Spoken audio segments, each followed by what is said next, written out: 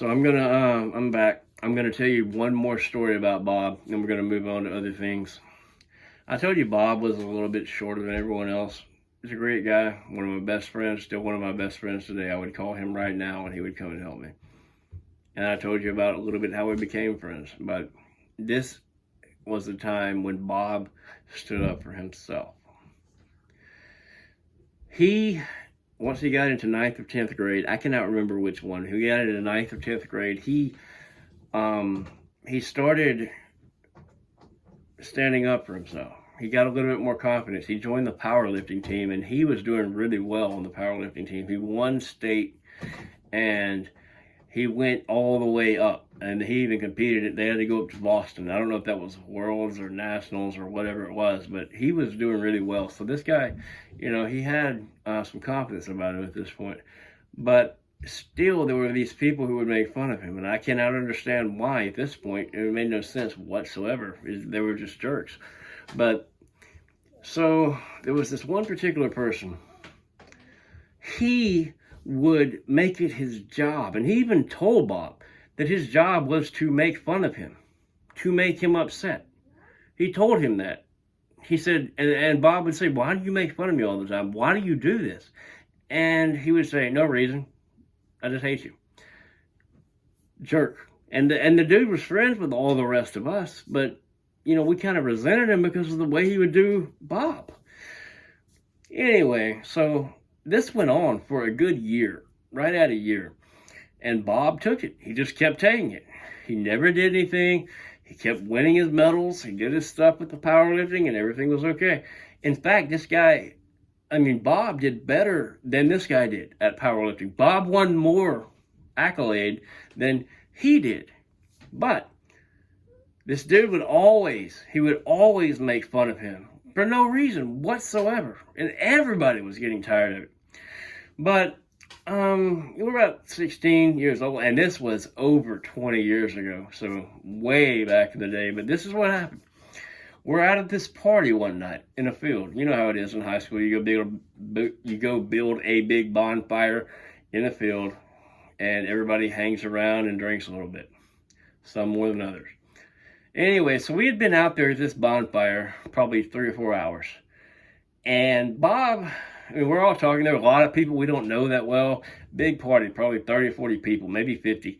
And we're all out there. And Bob comes up to one of my other best friends, Stan, so he comes up to Stan and me just sitting there, and he says, "The last time he's gonna make fun of me. That's the last time he's gonna make fun of me. He's not making fun of me again." And we said, "Okay, Bob, what are you gonna do?" He's like, No, that's the last time he's gonna make fun of me. He's not gonna make fun of me again. He's not gonna make fun of me again. I'm done.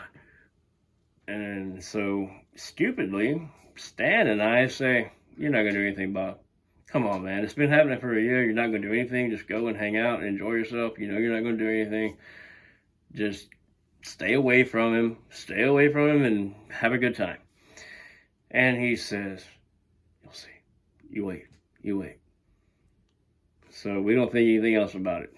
Stan and I, other people, were sitting there talking. We don't see Bob for a while. A good 20, 25 minutes, 30 minutes go by. We don't see him. We look around, and I remember saying, where's Bob? "Oh, he's out peeing. He had to go take a pee or something." So nobody knows where he is. All of a sudden, out of nowhere, we hear this primal scream, and I cannot do it justice. Primal scream at the top of your lungs, deep and guttural.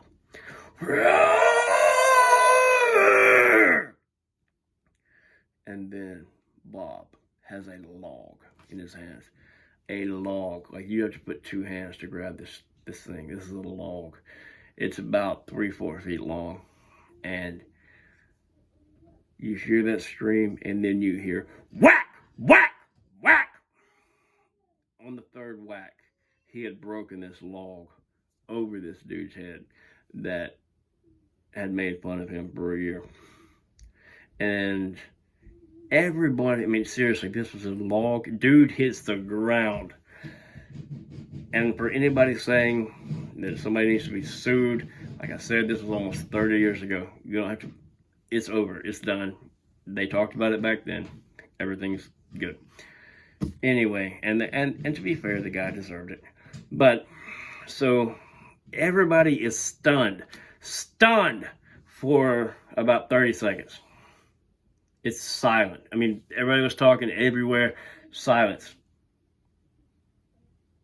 And then you hear people go, what the? And they start chasing Bob. They start chasing him all around the place. And he's like a little squirrel, running, jumping in the back of the trucks, running and jumping away from other people, because some of the guy's friends who he had just whacked in the head were some big dudes. And they're running all around. They're trying to chase him. They're trying to get him. He runs off in the woods. He comes back, runs around, jumps under the truck, through under the truck, up around in the bed, jumps over the cab, gets away. And then, while everybody's freaking out, Stan is over at the edge. Bob comes up to him. Man, hey, psst, psst, psst. He's right there. And Stan goes up to him and is like, dude, we got to get you out of here. They're fixing to kill you, man. We got to get you out of here. They're going to beat the living daylights out of you if you don't get out of here right now. He's like, yeah, I know. And so somehow Stan gets Bob into his truck, takes him off, goes and drops him off somewhere. And then everybody else at the party is standing around saying, man, I wish I could have got my hands on that guy. I wish I could have got my hands on that guy. They don't know all the background. They don't know all the background with everything that's been going on. So they're like, man, he just did this to this guy. But the dude had it coming.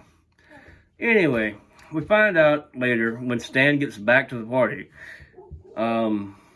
and everybody figures out that he took him away. At first, they're a little bit mad at Stan, saying, man, why'd you do that? Why did you do that? He's like, look, everybody's been drinking. We just want to get him calmed down. And dude has gotten back up, by the way. The guy who got hit in the head with the big log, he has gotten back up. He's got a massive bruise on his head, but he's gotten up. He's fine.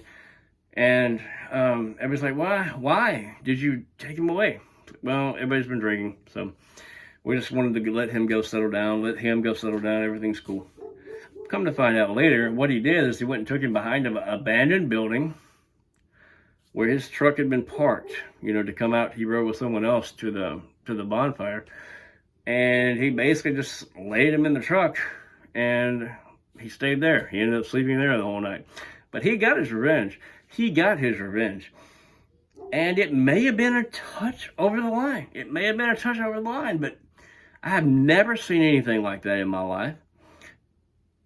And I hope to never see anything in my life like that again. But that's another story about Bob. And going forward, I'll either talk about someone, at least for a while, I'll talk about something else, not Bob. Because those are two stories about him. He's got some other really good ones. I haven't told the best one. He's got some other really good ones. But that's what I wanted to share tonight. So that's it. And we'll talk to you later.